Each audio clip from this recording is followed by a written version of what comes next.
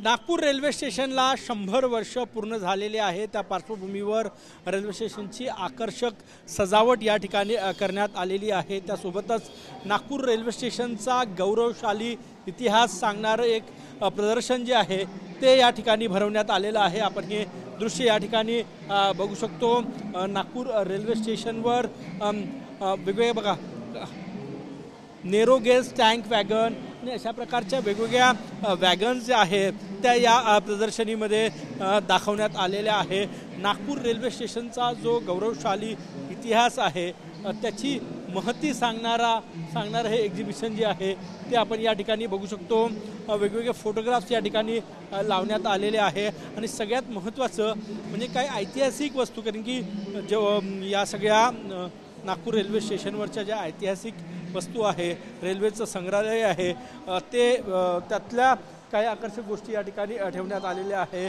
घोड्यावर चालणारी तेव्हाची जी रेलगाडी होती त्याचा फोटोग्राफ्स या ठिकाणी आहे।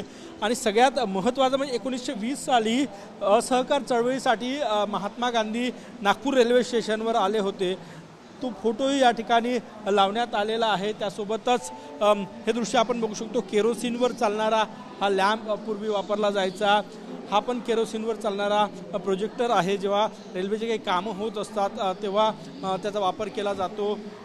त्यानंतर हे या सगळ्या वस्तू ज्या आहे त्या या प्रदर्शनीमध्ये आपल्याला पाहायला मिळत आहेत।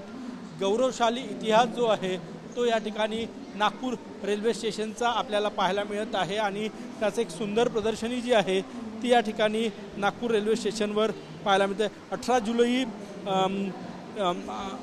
2025 रोजी 100 वर्ष पूर्ण झालेले आहे आणि त्यानिमित्तानं आपण बघू शकतो सध्याचं जे रेल्वे स्टेशन आहे ते 1925 साली सर फ्रँक फ्लाय यांच्या हस्ते याचं उद्घाटन झालं होतं आणि आज याला 100 वर्ष पूर्ण झालेले आहे।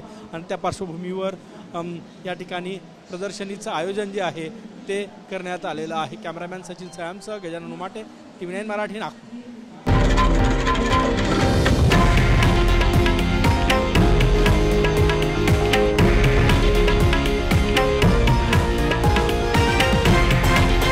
हे आहे देशातील नंबर 1 न्यूज नेटवर्क आणि आपण पाहत आहात TV9 मराठी, एकमेव।